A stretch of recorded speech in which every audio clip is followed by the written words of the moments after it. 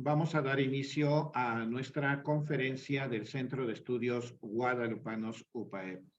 De inicio también voy a poner lo que son algunas formas en que podemos estar en comunicación con todos ustedes y además el tema de cómo podemos nosotros enviar alguna duda, comentario, sugerencia. Rápidamente, tenemos 2 programas de radio, tenemos también una cuenta en Twitter y en Facebook, además de nuestro correo oficial como Centro de Estudios Guadalupanos. Y bueno, el día de hoy vamos a tener la conferencia Devoción y Presencia Guadalupana en el Espacio Conventual Angelopolitano, para lo cual tenemos la grata presencia de la maestra Claudia Cristel Marín Bertolini, nuestra invitada especial el día de hoy, y quien nos va a dirigir una serie de datos muy interesantes, nos va a compartir todo lo que se refiere a estos espacios conventuales siempre muy importantes para la evangelización y sobre todo también en este caso el tema de nuestra Santísima Virgen de Guadalupe.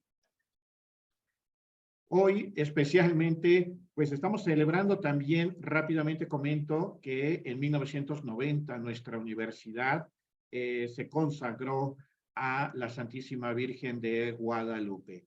Este tema es muy importante porque precisamente es ella quien nos ha movido a fundar este centro de estudios dedicado específicamente a el acontecimiento guadalupano. Así que hoy estamos también de mucha fiesta, un 4 de mayo de 1990 se realiza. Y además, el día de hoy hubo una reunión, lo que han considerado es una peregrinación de rectores que integran la ODUCAL. Y han estado de visita en Roma y nuestro rector, el doctor Emilio Baños Ardavín, ha tenido la oportunidad de entregar un símbolo que es precisamente la medalla conmemorativa, la moneda conmemorativa de nuestro 50 aniversario. Así que pues ha sido un día muy especial el de hoy y además también en esta tarde, noche, pues vamos a rematar con una conferencia súper importante e interesante. Antes de iniciar las recomendaciones, la asistencia para quienes pertenecen al sistema UPAEP se va a registrar en cada sesión. Por favor, ingresar con su ID y con su nombre completo para registrar la asistencia. En caso de no haberlo realizado de esta forma, les pedimos poner sus datos en el chat privado. Recomendaciones. Asegúrense, por favor, de mantener apagado el micrófono durante la sesión, mantener la cámara apagada a reserva de que el instructor solicite activarla, y si hay algún comentario o duda, por favor, pueden levantar la mano o escribir su comentario o duda en el chat.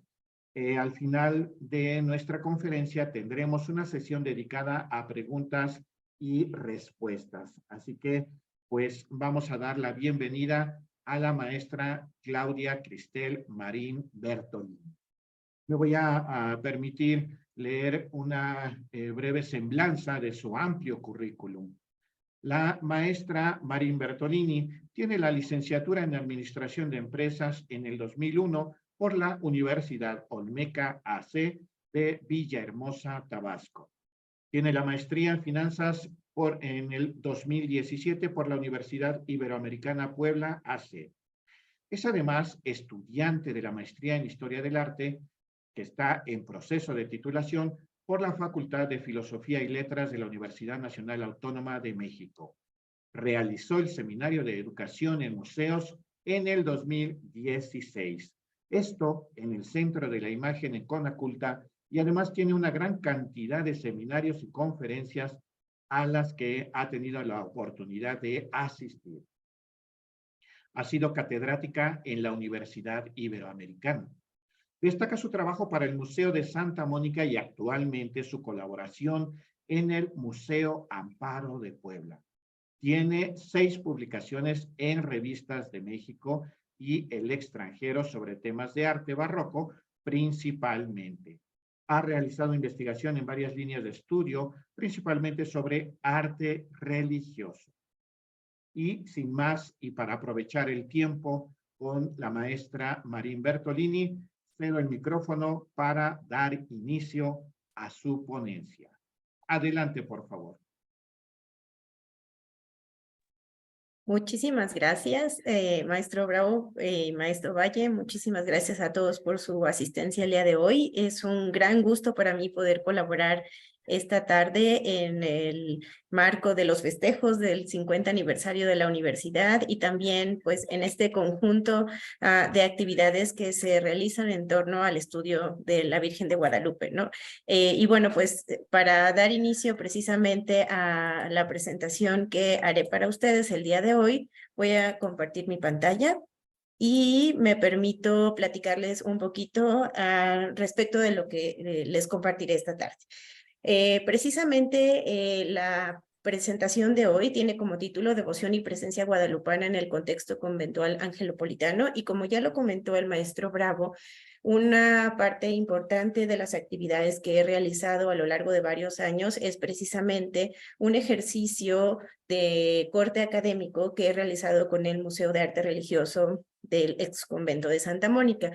Inició originalmente en el año 2013 con un programa que ellos denominaron calendario litúrgico, en el cual se seleccionaron diferentes festividades que están presentes en las piezas del museo y que a lo largo de diferentes años se habían hecho como diferentes llamadas a tenemos estas piezas aquí, ¿no?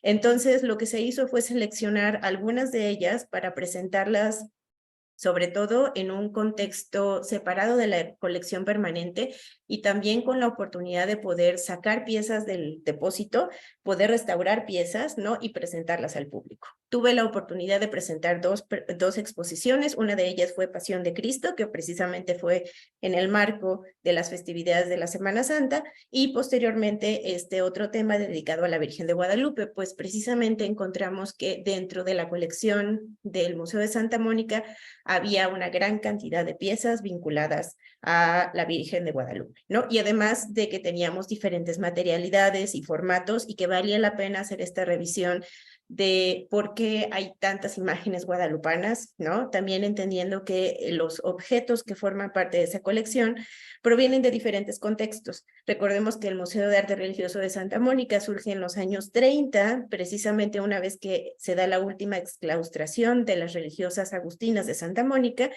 y que reúne sobre todo las colecciones de 3 recintos, que son el convento de las Capuchinas, el convento de Santa Catalina de Siena, de las religiosas dominicas, y obviamente el acervo de las religiosas agustinas de Santa Mónica.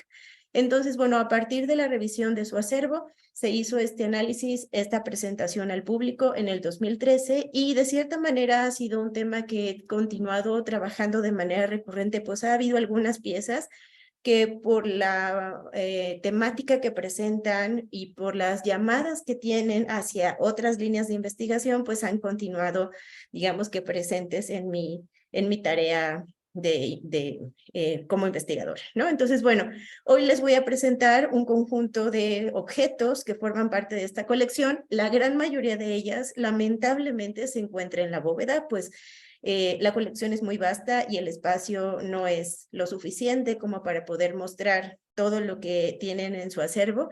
Y hay algunas piezas bastante representativas que por el momento no están visibles, ¿no? Y que se sacaron y se presentaron de manera especial en esta exposición y bueno, que hoy compartiré con ustedes. Las he dividido en varios módulos para poder abordarlas desde diferentes ángulos y poder observar diferentes temas. Algunos de ellos serán bastante conocidos para ustedes, pero bueno, también tendré la oportunidad de presentar algunos acercamientos interesantes a algunas piezas que hacen llamadas tanto a momentos históricos como a materialidades específicas, ¿no? Bueno, voy a dar inicio a leer un texto que preparé e iré haciendo intervenciones para hacer algunas llamadas hacia estos textos. Bueno, la devoción a la Virgen de Guadalupe es uno de los rasgos de identidad más fuertes de la mexicanidad que se vuelve tangible de manera especial durante la celebración anual de las apariciones marianas en el Tepeyac. Esta advocación, en conjunto con otras representaciones marianas, como la Virgen del Carmen, la Virgen de la Soledad, la Inmaculada Concepción, forman parte del imaginario religioso novohispano que se ve reflejado en el amplio repertorio iconográfico, tanto pictórico como escultórico e impreso, aún presente en los templos, capillas, conventos y oratorios domésticos. La Madre de Dios, o esta figura representativa de manera universal, ha estado presente en gran cantidad de culturas y religiones. En algunas zonas fue llamada Cibele, la madre de los dioses entre los romanos; Diana de Éfeso, la suprema madre virginal; Isis, la protectora entre los egipcios; Tonantzin o Ixchel, las diosas madre entre los pueblos indígenas mesoamericanos. Esto por buscar esta conexión precisamente entre la figura materna de esta deidad, ¿no? Y que ha sido venerada por culturas en diferentes representaciones. Obviamente, la representación de la Virgen María toma una figura predominante en el contexto novohispano, en el contexto occidental, y bueno, pues en este caso, pues se vuelve la imagen de la fecunda Madre Tierra que acoge, protege y alimenta al pueblo, y es María Protectora. Del 9 al 12 de diciembre de 1531, María de Guadalupe se apareció a Juan Diego en el Cerro del Tepeyac, encomendándole el mensaje de que se construyera un templo en su honor. Para certificar su presencia y mandato, estampa su imagen en la tilma de Juan Diego, misma que éste utilizó para recoger las rosas de Castilla, evidencia de su aparición y símbolo mariano por excelencia. Es la rosa mística presente en la letanía lauretana. Pasaron más de 100 años para que el culto guadalupano se expandiera a círculos sociales más allá de la comunidad náhuatl parlante del Valle de México, y 100 años más para que su culto fuera reconocido oficialmente mediante bula papal. La publicación del Nican Mopogua permitió su mayor difusión, mientras que las crónicas de los milagros, patronazgos y exfotos afianzaron la devoción. Los elementos iconográficos de la Virgen de Guadalupe refieren a ella como María, Madre de Cristo, la Inmaculada Concepción, la Mujer del Apocalipsis. La Virgen de Guadalupe es así un texto lleno de símbolos accesibles para quienes comprenden un lenguaje visual y simbólico aprendido de una tradición adquirida por la lengua y el entorno. El culto mariano pisó tierra firme en territorio mexicano al encontrarse un pueblo sumamente devoto y ligado a una tradición matriarcal, en la cual la madre es sinónimo de vida, fecundación y fertilidad, reflejadas en Tonantzin, nuestra venerable madrecita. Las imágenes de la Virgen de Guadalupe, presentes en el acervo del Museo de Santa Mónica, muestran una diversidad de manufacturas y orígenes, desde libros, estampas y piezas devocionales personales hasta un exvoto de grandes dimensiones, pasando por una variedad de lienzos relacionados con diferentes espacios conventuales. Si bien la presencia guadalupana en los espacios novohispanos inicia con una devoción eminentemente indígena, esta permea los espacios hasta generar patronazgos, como en el caso de los conventos de las Jerónimas y las Dominicas de Santa Catalina. La Virgen de Guadalupe se ha acuñado a través de los años como un símbolo de protección, consuelo, identidad, hasta independencia y heroísmo. Es hoy por hoy una de las festividades más grandes celebradas en territorio mexicano y una de las imágenes más emblemáticas de fe y devoción hacia la Virgen Madre de Dios. Me gustaría iniciar presentando este conjunto de 4 piezas, que son 4 lienzos de mediana dimensión, miden aproximadamente 1 metro de alto, en los cuales vemos algunas características particulares de la representación guadalupana. Primero tenemos este lienzo que nos muestra una orla o una mandorla de flores. Posteriormente encontramos otras 2 figuras más, en donde vemos también la imagen de la guadalupana. Uno de ellos contiene la frase non fecit aliter omni nationi, y uno más que tiene un marco de latón muy interesante, en donde el pincel es un poquito más fino y detallado, y además es una pieza que está pintada sobre una lámina de cobre. Estas 4 imágenes que podemos ver aquí nos hacen llamadas a diferentes elementos. Nos damos cuenta que son todas muy diferentes, pero al mismo tiempo es la misma. Y en el caso de la Virgen de Guadalupe, vista desde el arte, nos presenta un fenómeno de multiplicidad, pero al mismo tiempo unicidad. Lo que nos muestra es precisamente el hecho de que la Virgen de Guadalupe fue una imagen que fue solicitada por todas las personas en el territorio novohispano, desde las personas que vivían en las grandes ciudades como en el caso de Puebla, la Ciudad de México, Querétaro y demás, como también las personas que vivían en pequeñas comunidades y pueblos de indios. Todos querían tener una representación de la Virgen de Guadalupe en su haber.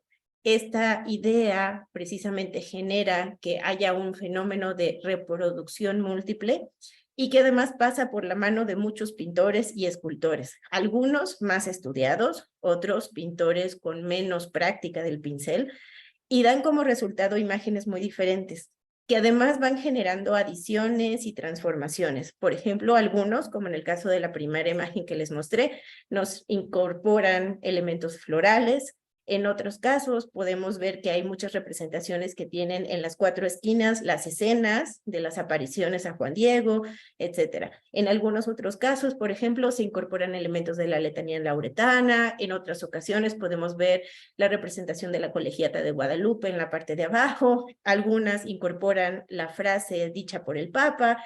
Entonces, hay como diferentes maneras en las que los diferentes pintores en las localidades del territorio novohispano van resolviendo esta necesidad de representar a la imagen guadalupana. Y lo interesante es que obviamente los resultados son muy diversos, sin embargo, la imagen siempre es una, siempre es la Virgen de Guadalupe. Entonces, no importa qué tan educado sea el pincel, no importa qué tan fino sea el trabajo del escultor que realizó una talla de bulto. Sin embargo, el resultado desde la devoción siempre va a ser el mismo. La presencia de la Virgen de Guadalupe siempre va a estar allí, ¿no? Entonces, bueno, precisamente estas 4 imágenes nos permiten abordar la imagen de la Virgen de Guadalupe desde diferentes ángulos. Y precisamente me gustaría, pues, tomar una pequeña frase que aparece en el texto de Miguel Cabrera de La Maravilla Americana para describir precisamente lo que ella representa, ¿no?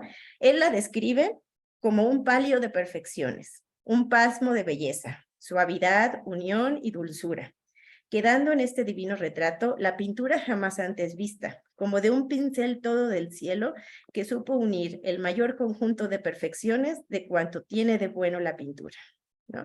Entonces es muy interesante cómo esta perspectiva desde la que Miguel Cabrera aborda la imagen de la guadalupana, pues hace denotar todas sus cualidades. De acuerdo a él, la imagen de la Virgen está representada como una doncella bien proporcionada, de 14 a 15 años, con ojos como de paloma y rostro de divinas perfecciones. Lleva las manos puestas al pecho en ademán de quien humildemente pide. Porta una túnica rosada con abertura al cuello, en donde lleva una medalla de oro con el signo de la Santa Cruz, y por cíngulo tiene una cinta morada. El manto, adornado de 46 estrellas, le cubre modestamente la cabeza, sobre el cual tiene una corona con 10 puntas o rayos, que desciende sobre su cuerpo hasta decantar sobre la luna. Por trono de sus sagradas plantas tiene un ángel y por respaldo un sol compuesto de 159 rayos. Entonces, esta imagen, pues, llena de todos estos detalles y elementos simbólicos, pues es precisamente la que se nos muestra, a veces con puntos más, puntos menos. Una de las características que tienen las representaciones de la Virgen de Guadalupe en el convento de Santa Mónica es que casi todas las pinturas pertenecen al siglo XVIII y casi todas parecen pertenecer a un pincel estudiado. Una de las maneras que podemos reconocerlo es precisamente la manera en que está representado el manto, porque pues a veces encontramos que el manto de la Virgen, su túnica, solo tiene como elementos florales al azar. Y eso probablemente tiene que ver con el hecho de que tal vez quien la está dibujando, quien la está pintando, tiene como referencia a lo mejor solo una estampa de pequeñas dimensiones en donde no alcanza a distinguir los elementos que decoran su manto. Y una de las características que encontramos acá es que las imágenes pertenecientes a este acervo pues tienen en su gran mayoría gran similitud con el sagrado original, ¿no? Entonces, bueno, sí parecen seguir, ¿no? Una imagen o un ejemplo más cercano a las imágenes descritas por Cabrera, a la imagen descrita por Cabrera, perdón, o a las imágenes precisamente pintadas por él, ¿no? Un segundo punto importante es que pues esta frase non fecit taliter omni nationi aparece en una de las imágenes Y bueno, pues está relacionada precisamente con este evento que sucede entre 1751 y 1753, en el cual Cabrera, junto con José de Ibarra, Juan Patricio Morlete y algunos otros de los alumnos de Ibarra, pues acuden precisamente a la Colegiata de Guadalupe a solicitud del abad y del cabildo para hacer este análisis de lienzo y también para hacer una calca del sagrado original. Y esto tiene que ver con este proceso de solicitud de la aprobación del culto guadalupano ante Roma. Y obviamente estos resultados pues se publican en este libro que muchos conocemos, ¿no? Maravilla Americana y conjunto de raras maravillas observadas con la dirección de las reglas del arte de la pintura en la prodigiosa imagen de Nuestra Señora de Guadalupe, en donde Miguel Cabrera menciona lo inusitado del uso simultáneo de diferentes técnicas como el óleo, el temple y el aguazo, el prodigioso uso del pincel en el perfecto dibujo de la imagen, la suavidad y prolongada duración del ayate, y concluye que la pieza no pudo haber sido sino pintada en el taller celestial, ¿no? Entonces, precisamente hace esta aseveración de la aparición de la imagen guadalupana en el lienzo. Y una de las características que sucede a partir de este momento es que Cabrera saca la calca de la imagen de la Virgen y pues se tiene registrado que hace 3 pinturas en ese momento. Y de esas 3 copias famosas de 1753, una de ellas se muestra al día de hoy en el Museo de la Basílica de Guadalupe, otra es enviada a Roma para ser presentada por el Papa, y en Puebla tenemos la maravilla de que la tercera pintura se encuentra en nuestra catedral, precisamente en la capilla hornacina dedicada a la Virgen de Guadalupe. Y pues esta imagen que va a parar a Roma, porque precisamente es la que se le presenta al Papa para hacer este proceso de aprobación, pues al ser contemplada por el Papa Benedicto XIV, pues exclama, no hizo cosa ninguna con otra nación. Esta frase en latín, non fecit taliter omni nationi, pues es extraída de un salmo, ahí toma su inspiración, pero pues a partir de entonces lo que sucede es que empieza a incluirse en las imágenes guadalupanas, ¿no? Y bueno, pues este evento pues genera precisamente que se confirme el patronato de la Virgen sobre la Nueva España, se le concede misa y oficio, y bueno, pues empieza ya a plasmarse en los lienzos. Una cosa interesante es que la historiografía lo vincula siempre de esta manera a esta presentación de la imagen ante el Papa. Sin embargo, ya hay un grabado desde el siglo XVII en donde ya aparece esa frase reproducida, ¿no? Entonces, bueno, ahí es también como uno de los elementos importantes que aparece en torno a la imagen guadalupana. 2 de las imágenes que forman parte de la colección del convento de Santa Mónica tienen como característica este famoso 8 que está dibujado en la túnica de la Virgen, ¿no? Y que el 8, pues precisamente fue anotado por primera vez por Miguel Cabrera en su libro de la Maravilla Americana, y pues precisamente replicado por muchos pintores a partir de ese momento y a partir de sus calcas y de sus trabajos. Y él dice, sobre el pie derecho tiene un número 8, índice a mi ver, con que nos acuerda que con su portentosa y primera aparición fue dentro de la octava de su concepción purísima, cuyo misterio es la más fiel y ajustada copia. Fino es que diga que este número nos quiere decir que es la octava maravilla del mundo.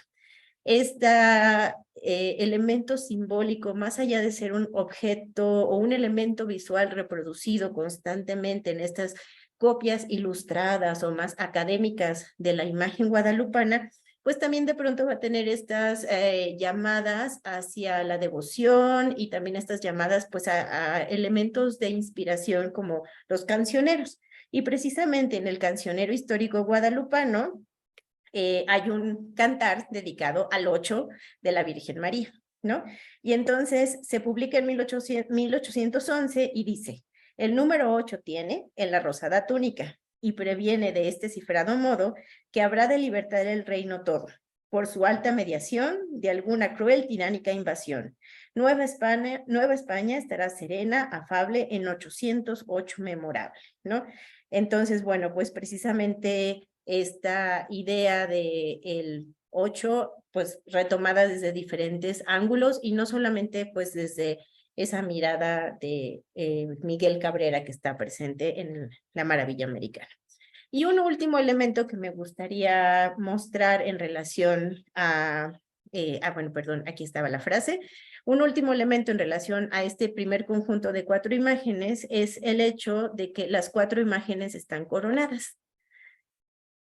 Y precisamente nos habla de que el periodo de elaboración de estas 4 pues es previo a la coronación pontificia, ¿no? Porque hay todo este debate precisamente en torno a que si el sagrado original, a como lo describe Cabrera, tiene una corona de 10 picos, y posteriormente cuando se hace la coronación pontificia se coloca una corona física sobrepuesta sobre la imagen, ¿no? Entonces, bueno, este detalle iconográfico nos permite ubicar en tiempo las imágenes que forman parte de la colección.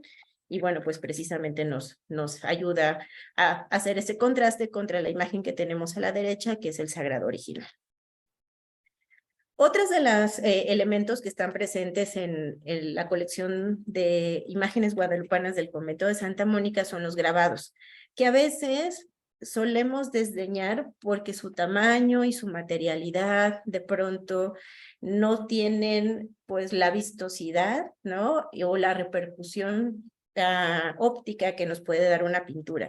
Sin embargo, hay que pensar que el grabado es un dispositivo devocional portátil y que estas imágenes de bajo costo y que además de reproducción múltiple eran mucho más accesibles a las religiosas o a cualquier devoto que un lienzo, ¿no? Entonces, bueno, esto era lo que las abuelitas, ¿no? Lo que las señoras, lo que los devotos tenían. Y en el caso de las religiosas, en el caso del convento, se han encontrado varios pequeños grabaditos calcográficos como parte de la colección. Un punto muy interesante es que, por ejemplo, este que está aquí a la izquierda se encontró adentro de un libro, ¿no? Entonces, no sé si sabría decir que servía como separador o un elemento que tenía ella como de devoción personal. Y el que tenemos a la derecha estaba pegado en un armario, ¿no? Entonces, justo encontramos como esta cuestión mucho más de devoción íntima, personal, es como esa estampita que todos venimos cargando en nuestra cartera y que cuando vamos a lo mejor a la basílica todos recibimos y viene con nosotros a manera de protección, ¿no? Entonces, bueno, el grabado, en el caso de estas imágenes que son entre el siglo XVII y XVIII, bueno, pues precisamente nos vinculan con esa devoción personal que tenían las religiosas y cómo, pues, era probablemente eso que ellos tenían al alcance de su mano para tener de manera íntima, para hacer su rezo o su relación personal con la Virgen de Guadalupe.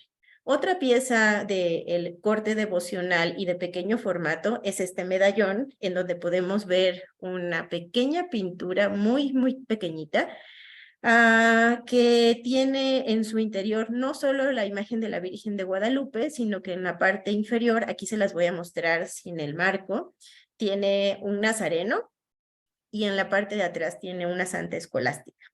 Entonces, bueno, pues precisamente estos objetos de pequeño tamaño, pues nos hacen ese vínculo directo que podrían tener las religiosas a manera de devoción personal con la Virgen de Guadalupe. Y esta otra pieza, que es una litografía, es una de las imágenes más bonitas que hay en la colección guadalupana del convento de Santa Mónica. Y es una cosa interesante de observar porque en realidad su manufactura, su materialidad, podríamos llamarlo desde una perspectiva inclusive un poco sarcástica, si queremos llamarlo de esa manera, es muy pobre, en el sentido de que es un papel impreso, es una litografía. Lo interesante de esta imagen es el trabajo que las religiosas realizaron para adornar y honrar la imagen de la Virgen de Guadalupe. Voy a hacer un acercamiento a la parte superior para que ustedes puedan ver el trabajo que ellas hicieron en la confección de 50 rosas de tela, que probablemente hicieron con estas mismas herramientas con las que ellas hacían sus coronas de profesión y que rodean la imagen de la Virgen de Guadalupe.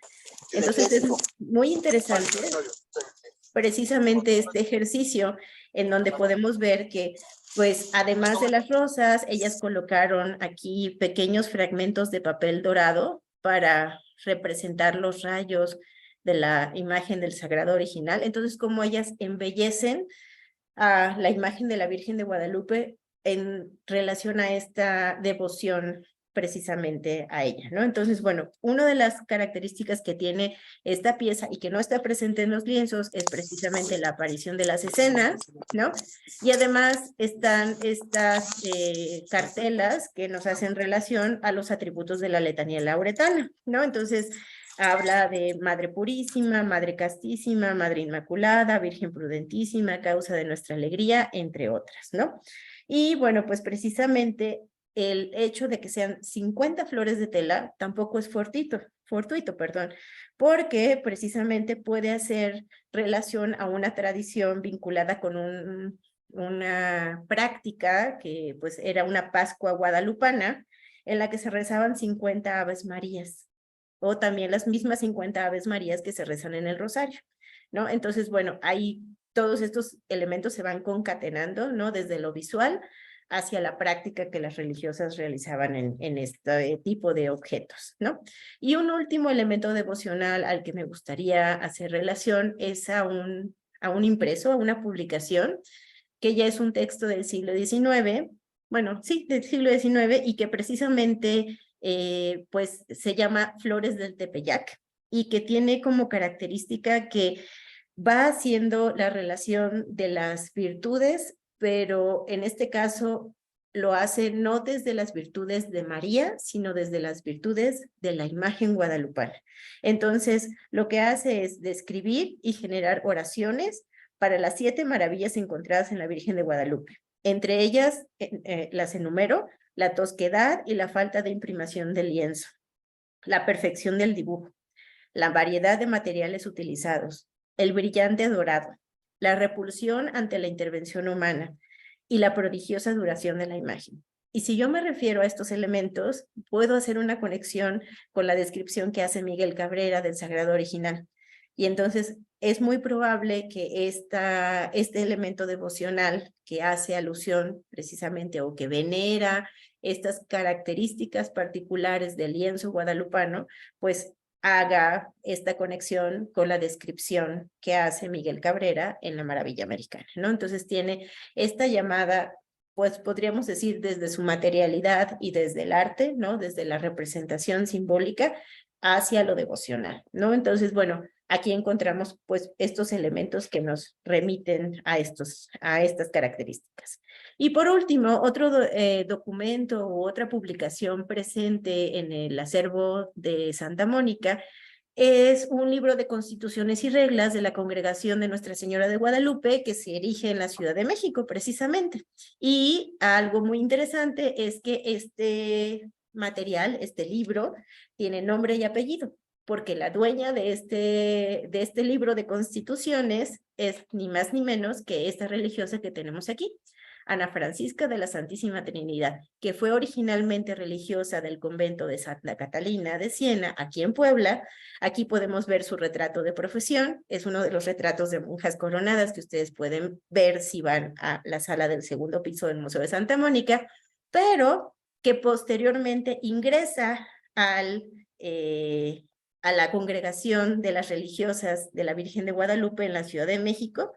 Y bueno, pues aquí pues podemos ver precisamente en donde ella se adhiere a esta misma, ¿no? Entonces, bueno, estos elementos nos hacen relacionar los objetos con las personas, ¿no? Alguien tuvo que haber tenido este pequeño grabadito en su mano, alguien tuvo que haber tenido este pequeño medallón, ¿no? Alguna de las religiosas dedicó horas de su tiempo de hora et labora para hacer estas 50 flores de papel, de tela, ¿no? Para embellecer el retrato de la guadalupana, ¿no? Entonces, justo nos permite conectar y no nada más darnos cuenta de que cuando hablamos de el objeto devocional solo es la pintura o la escultura, sino también están estas otras manifestaciones y formatos que conectan con la devoción. Y bueno, por último, hay 2 elementos más que me gustaría resaltar en el contexto de las imágenes guadalupanas presentes en Santa Mónica, y uno de ellos es la presencia obispal. Y aquí me gustaría hacer una llamada de manera particular a 3 obispos. Primero tenemos al obispo Manuel Fernández de Santa Cruz, que es el obispo fundador del convento de Santa Mónica. Estamos en el siglo XVII. Y tenemos esta imagen en donde encontramos en la parte inferior este escudo obispal. La primera vez que vimos la imagen cuando se preparó esta exposición. La verdad es que pusimos mucha más atención a la representación de la Virgen de Guadalupe que a las imágenes que están en la parte inferior. Y sí, claro, tiene un escudo obispal y como que lo pasamos por encima. Pero lo interesante es que este escudo pues pertenece a la familia Fernández y consiste en un león rampante con cruces de gules y una torre flanqueados por galones y coronados por precisamente el elemento episcopal, el sombrero episcopal. Y bueno, pues justo cuando encontramos esto y de pronto fuimos a mirar esto, que es el retrato del fundador del convento de Santa Mónica, que se encuentra en la planta baja, y que fue pintado por Juan Tinoco, pues claro, es el mismo, ¿no? Entonces, ¿qué pasó aquí? Entonces es muy posible que esta primera imagen que nosotros observamos aquí, pues haya sido una imagen donada por el obispo Fernández de Santa Cruz, tal vez al convento agustino, porque es el que él patrocina, el que él abre o inaugura, ¿no? Entonces, aquí tenemos una primera intervención por parte del obispo Fernández de Santa Cruz, y hay una cosa muy interesante en la manera en que al obispo se le denomina o relaciona en el momento de su muerte. A él lo denominan como el príncipe sol, ¿no? Interesante porque el elemento del sol es uno de los elementos que está muy presente en la Virgen de Guadalupe porque obviamente vestida de sol, ¿no? Entonces, precisamente, de acuerdo a la doctora Gali, hay un vínculo entre el obispo y el astro solar que se refiere a su rango episcopal, pero también a las acciones benéficas que realizó durante toda su función. Hay que recordar que él fue un gran promotor de la educación y de los conventos femeninos, ¿no? A Miguel González de Baldosera, que participó en la lectura de los sermones funerarios a Fernández de Santa Cruz en San Felipe Neri, indicó: aquel luminar mayor de la iglesia angelopolitana, aquel excelentísimo pontífice a quienes todos respetaron como a un sol por las ínfulas de su episcopal dignidad, por los rayos de su relevante doctrina, por los influjos de su ardiente caridad, ¿no? Entonces, bueno, aunque probablemente la imagen fue hecha en vida del obispo Fernández de Santa Cruz, de pronto hay una conexión con la devoción guadalupana que él tal vez trae al convento agustino, ¿no? Pero que también refiere un poco a su identidad como dignidad de la iglesia. La segunda imagen vinculada con el patrocinio episcopal que me gustaría presentarles es precisamente un exvoto que tiene grandes dimensiones y que podríamos pensar que tal vez no cumple tal cual con el formato del exvoto al que estamos acostumbrados, sobre todo en el siglo XIX, porque esta pieza es del XVIII. Casi siempre imaginamos estas laminitas de cobre que son dejadas en los santuarios, en donde en la parte superior aparece un evento o la narración de alguna situación, a veces un accidente, a veces una enfermedad, ante la cual aparece alguna imagen sagrada que puede ser un Cristo, una imagen de la Virgen o algún santo, y en la parte de abajo se describe el texto en el cual la persona da gracias por haber salido ileso, por haber sanado, por haber salido de ese percance a la imagen en relación, ¿no? Este exvoto tiene un formato un poco diferente porque da protagonismo a dos personajes. Primero, obviamente, a la Virgen de Guadalupe, que es quien permite que este milagro suceda, y segundo, a la monja, ¿no? Esta monja que aparece aquí tiene nombre y apellido y eso lo podemos leer en la cartela. Ella se llama Sor Jacinta María Nicolasa de San José, religiosa y profesa de velo y coro en el convento dominico de Santa Catalina. Además, ella era la reverenda madre, ¿no? Y una de las cosas que sucede es que precisamente en 1755 ella sufría de calenturas, dolores de cabeza, tumores, dolores de estómago, retención de orina, vómitos agrios, enmudecimiento e hinchazones, entre otros males, durante los primeros días de diciembre de 1755. Se le concedió la extrema unción el día 11 debido a la gravedad de sus dolencias. A la medianoche se le aplicó una imagen milagrosa de la Virgen de Guadalupe y encomendándose a ella inmediatamente quedó sana y en buen estado de ánimo. Entonces es muy interesante. La persona que ha hecho bastante investigación sobre esta imagen es Sor María del Cristo, que es la historiadora del convento de las Catalinas y quien amablemente me permitió leer algunos de los textos que se han publicado y que se encuentran en sus archivos vinculados a este hecho milagroso. Entonces, bueno, esta religiosa que en 1755 pues está muy enferma, pues milagrosamente al alba del 12 de diciembre queda sana, ¿no? Y es muy interesante porque en 1755, precisamente, se inaugura el oficio de misa y rezo a la Virgen de Guadalupe, que el Papa había concedido un año antes y que en este año se aplica y se inaugura, ¿no? Se realiza por primera vez. Entonces, no es gran coincidencia, ¿no? Que estos dos eventos suceden al mismo tiempo.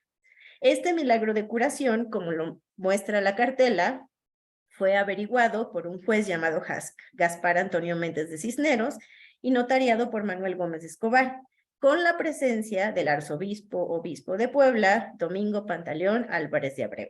Entonces, lo interesante aquí es precisamente la presencia de un notario, la presencia del obispo, que atestiguan la verdad de estos hechos. Y bueno, pues lo interesante también es que una vez más un obispo está presente en este hecho y en esta imagen.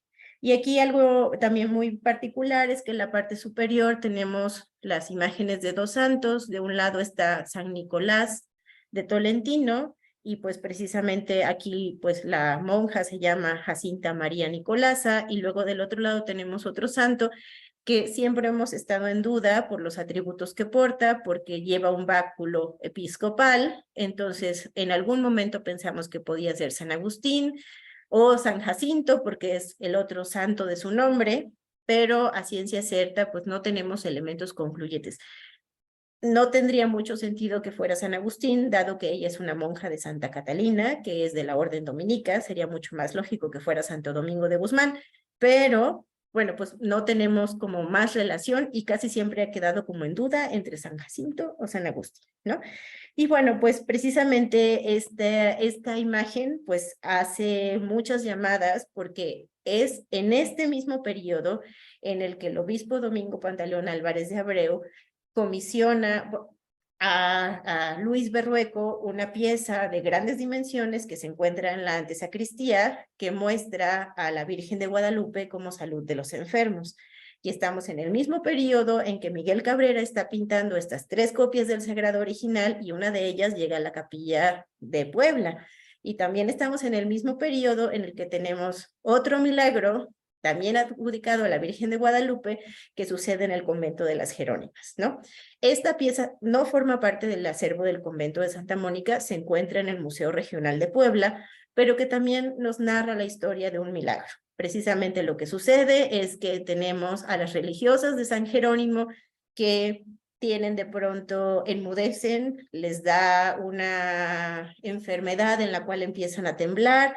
Es como una cuestión que se presenta de manera colectiva. Ellas se encomiendan a la Virgen de Guadalupe, quien intercede. La doctora Rosalba Loreto ha estudiado precisamente esta historia, y pues ellas quedan sanas, ¿no? Estamos hablando del mismo periodo de los años 50, en donde precisamente es el obispo Álvarez de Abreu el que da fe de todos estos hechos milagrosos. Y es muy interesante cómo en estos conventos femeninos todos estos acontecimientos milagrosos están dándose a la luz de las celebraciones pontificias, ¿no? Del patrocinio de la Virgen de Guadalupe como, pues, patrona de la Nueva España, ¿no? Entonces, bueno, ahí tenemos como estos elementos que están como muy presentes durante este mismo periodo, ¿no? Entonces, bueno, justo aquí tenemos que, pues el milagro de las Jerónimas se da en 1754, y el de las Catalinas, en el caso de Sor Jacinta María Nicolasa, en 1755, ¿no? Entonces estamos en ese mismo periodo.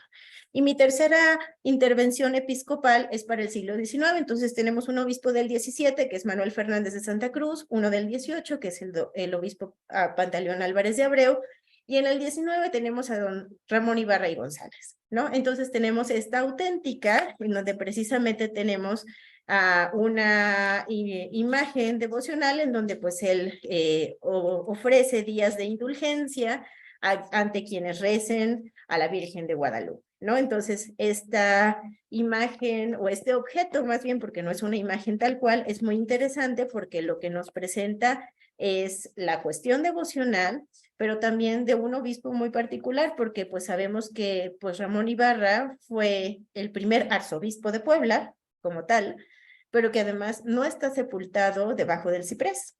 Él está sepultado a los pies de la Virgen de Guadalupe.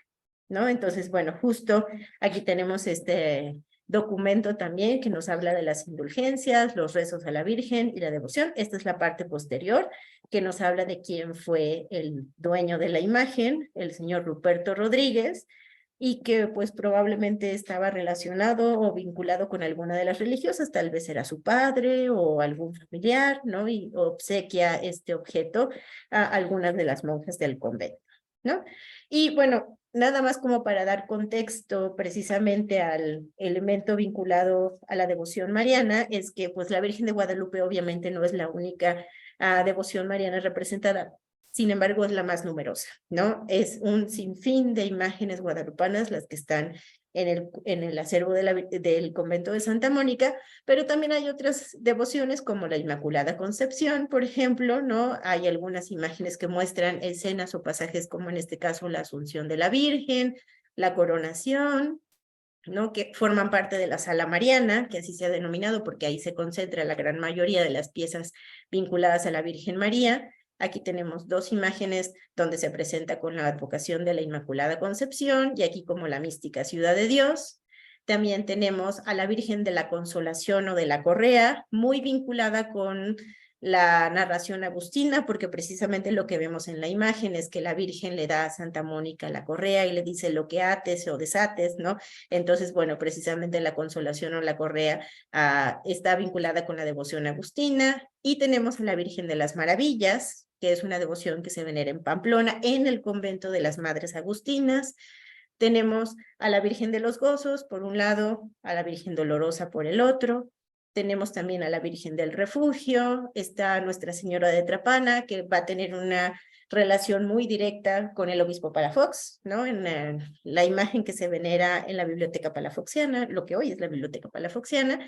Tenemos a la Virgen de la Luz, está la Virgen de la Merced. Hay imágenes que nos muestran a la genealogía de María, como la que tenemos a la izquierda con San Joaquín y Santa Ana, o como esta Santa Ana triple, en donde está Santa Ana, la Virgen y el Niño.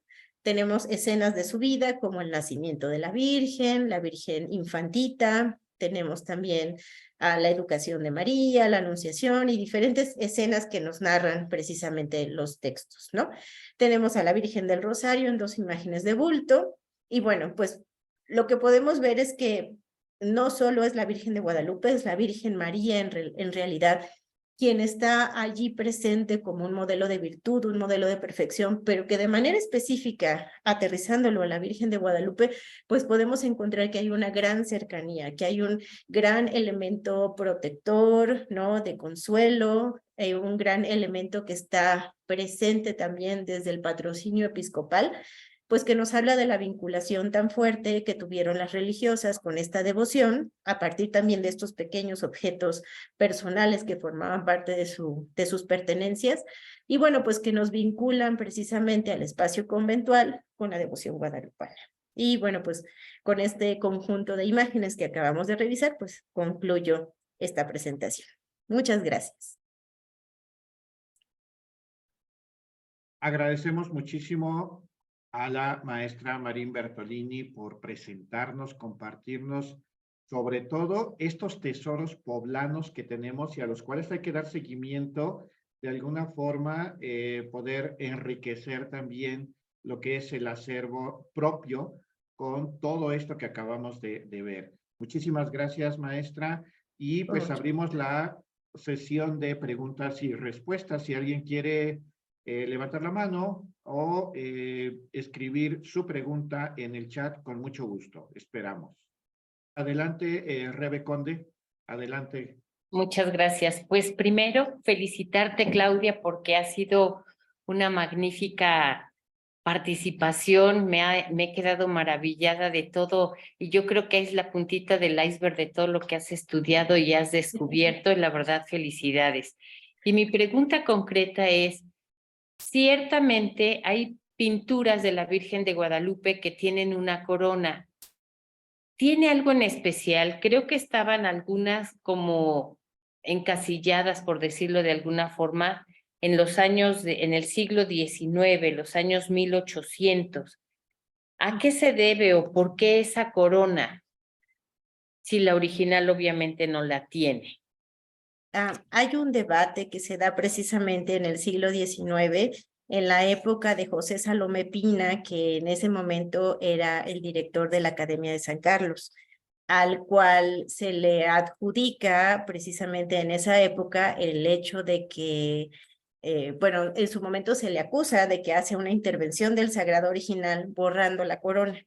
Y bueno, hay un debate precisamente en relación a eso, y lo que él confiesa en el hecho de muerte a uno de sus discípulos es que precisamente borra la corona, pero que la corona había sido una intervención humana de los primeros años, en donde pues en este intento, en este gusto de honrar a la Virgen, de mostrarle la devoción, de mostrarle pues el aprecio, se le corona haciendo una intervención sobre el lienzo. Y que posteriormente, cuando ya viene una coronación pontificia, ¿no? Ya formal y pues digamos oficial, pues no se puede coronar sobre algo ya coronado. Y además, bajo el estudio que hacen, encuentran que precisamente esa es una intervención posterior y deciden retirar esa corona, ¿no? Y entonces justo en el siglo XIX se da esta dinámica de, pues, conflicto, podríamos decir, de debate, de discusión sobre esta intervención de Pina sobre el sagrado original. Pues muchas gracias por tu explicación. Gracias. No, gracias por preguntar. Adelante, Gerardo. Sí, muchas gracias.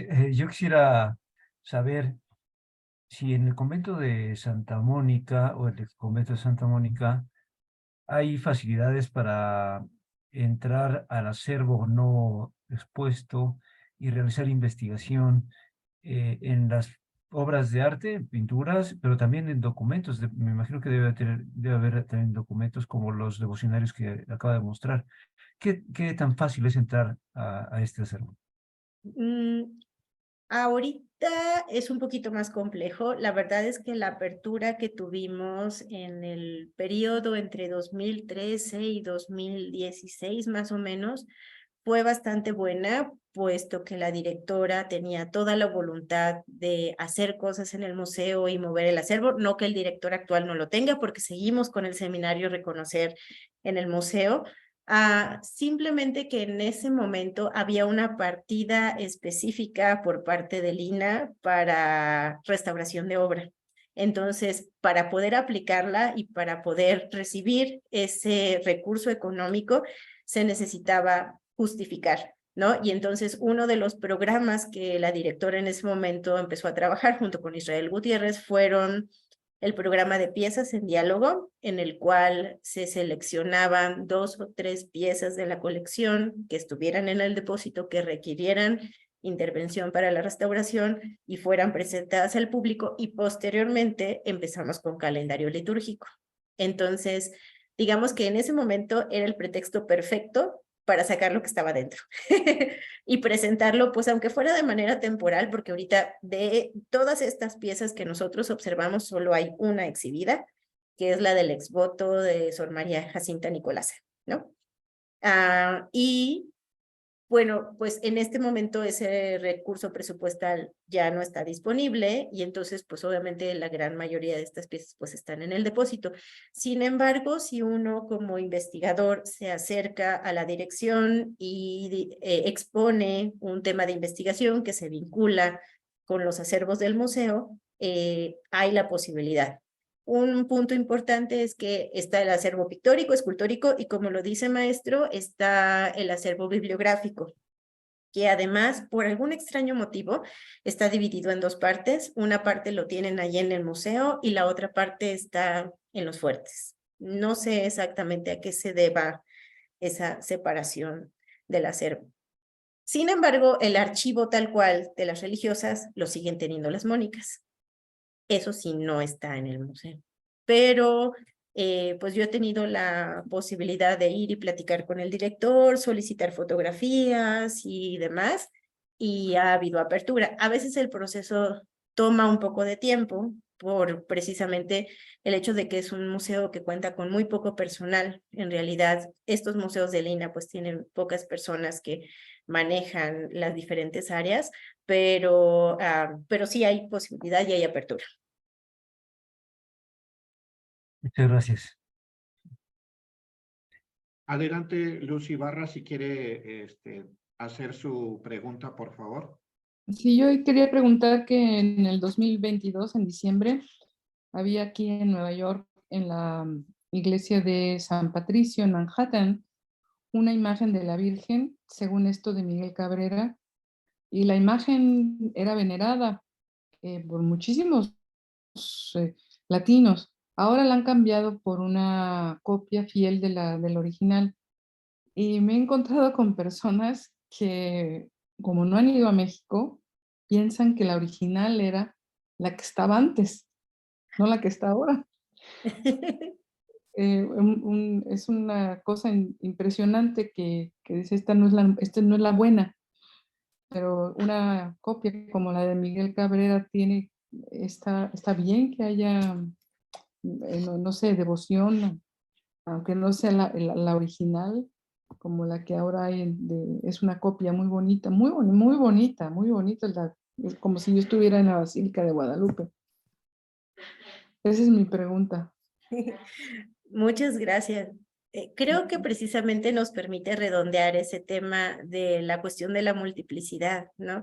Y pensemos que algunas de estas imágenes que hoy tenemos, a las que llamamos copia fiel del original, con los recursos que tenemos actualmente, pues nos permiten tener impresiones tal cual, ¿no? Copias fieles de la imagen guadalupana. Tuve una experiencia muy particular como parte de mi trabajo. Estábamos haciendo una línea del tiempo para hablar de la historia del arte en Puebla y obviamente una de las imágenes pivote, ¿no? Para hablar precisamente desde el arte es la Virgen de Guadalupe, por esto que platicábamos de la necesidad de las personas de tener una reproducción, una imagen, algo cercano, ¿no? Que evoque a la Virgen de Guadalupe, ¿no? Y cómo precisamente desde el arte hay tantas imágenes guadalupanas, ¿no? Como lo acabamos de ver en el acervo de Santa Mónica. Y cuando me acerqué a la Basílica de Guadalupe para hacer la solicitud de utilizar la imagen, de incluirla como un elemento pedagógico en una cosa que se iba a montar en una sala, que no tenía fines de lucro, etcétera, y que yo lo que estaba solicitándoles era una imagen de buena calidad del sagrado original. Y entonces me mandaron por todas las áreas porque me remitían por correo a los de la tienda, a los de acá, a los de la biblioteca, a los del archivo, a los del museo, ¿no? Y entonces decía yo, es que la única área donde no me han mandado es a las criptas, ¿no? Pero nadie me daba una respuesta de sí, puedes usar la imagen, porque yo lo que quería era justo como avisar, vamos a incluir la imagen de la Virgen, queremos hacerla, podrían hacernos el favor de, porque queremos precisamente nombrarla como ese elemento detonador, ¿no? Precisamente desde el arte a la reproducción de su imagen, pero desde la devoción, ¿no? Entonces, bueno, justo como esta idea de la multiplicidad, y entonces, bueno, ellos ahí me decían, pero es que no te podemos dar el original, ¿cómo se te ocurre? Yo decía, no, a ver, no me entienden, yo no me quiero traer el ayate de Juan Diego al museo, yo les estoy pidiendo que me proporcionen una imagen de buena calidad para no sé qué, ¿no? Entonces, bueno, justo esta idea, ¿no? De cuando hablamos de la copia fiel del sagrado original, ¿no? Y las múltiples reproducciones o imágenes que existen, ¿no? Precisamente lo que hace Miguel Cabrera era lo que en su momento nosotros podríamos decir que era copia fiel del original, porque él saca la calca de la imagen de la Virgen, ¿no? Entonces estaríamos haciendo como ese equivalente al siglo XVIII de lo que hoy podemos hacer con un escáner de muy buena calidad, ¿no? Que es lo que él hizo en su momento, tratando de llevar a las personas la imagen más fiel, ¿no? La imagen más parecida al original, y que pudieran pues precisamente tener este vínculo devocional pues a partir, ¿no? de la imagen de la Virgen de Guadalupe. Lo interesante es este fenómeno que nos comenta, ¿no? Cómo las personas de pronto ya se habituaron a ver esta imagen pictórica del siglo XVIII con un formato particular y que ahora ven lo más parecido al lienzo original y de pronto no se parece, ¿no? Entonces, o dicen, no es, ¿no? Entonces, es interesante. No es. esa reacción de las personas precisamente pues ante esa sustitución, podríamos decir, de un elemento visual que evoca lo mismo, lo que decíamos hace rato, ¿no? A veces le ponen flores, a veces le ponen angelitos, a veces le ponen las 4 apariciones, a veces le ponen la colegiata, a veces el manto ni se parece al original, a veces los ojos de la Virgen está uno más grande que el otro, porque obviamente los pintores de aquel momento pues estaban utilizando los recursos a su alcance para satisfacer esa necesidad devocional de las personas de tener una imagen de la guadalupana, ¿no? Pero pues la manera en que nos vinculamos a la imagen y cómo, digamos, cómo generamos estas conexiones es muy interesante, ¿no? Y que de pronto quien no ha podido venir a ver el sagrado original y que de pronto le presentan esto y no es, ¿no? Entonces, me parece súper interesante este comentario. Muchísimas gracias. Nada, muchas gracias, muchísimas gracias, excelente. ¿Alguien más que se anime? Vamos por una última pregunta.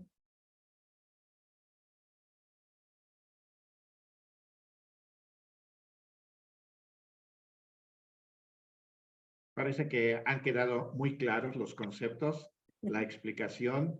Y bueno, pues no nos resta más que agradecerle muchísimo, maestra Marín Bertolini, por esta exposición. Nos enriquece muchísimo, nos habla de lo que decíamos en un momento dado, todo lo que tenemos de tesoros poblanos y que hay que hacer investigación para que no se pierdan, para que podamos referenciar incluso también esa gran devoción que tenemos desde hace muchísimo tiempo. De nuestros volúmenes, el volumen 1 y el volumen 2, para poder adquirir el libro, si vienen a la Universidad al Campus Central, 21 Sur, número 1103, está en la tienda de la universidad.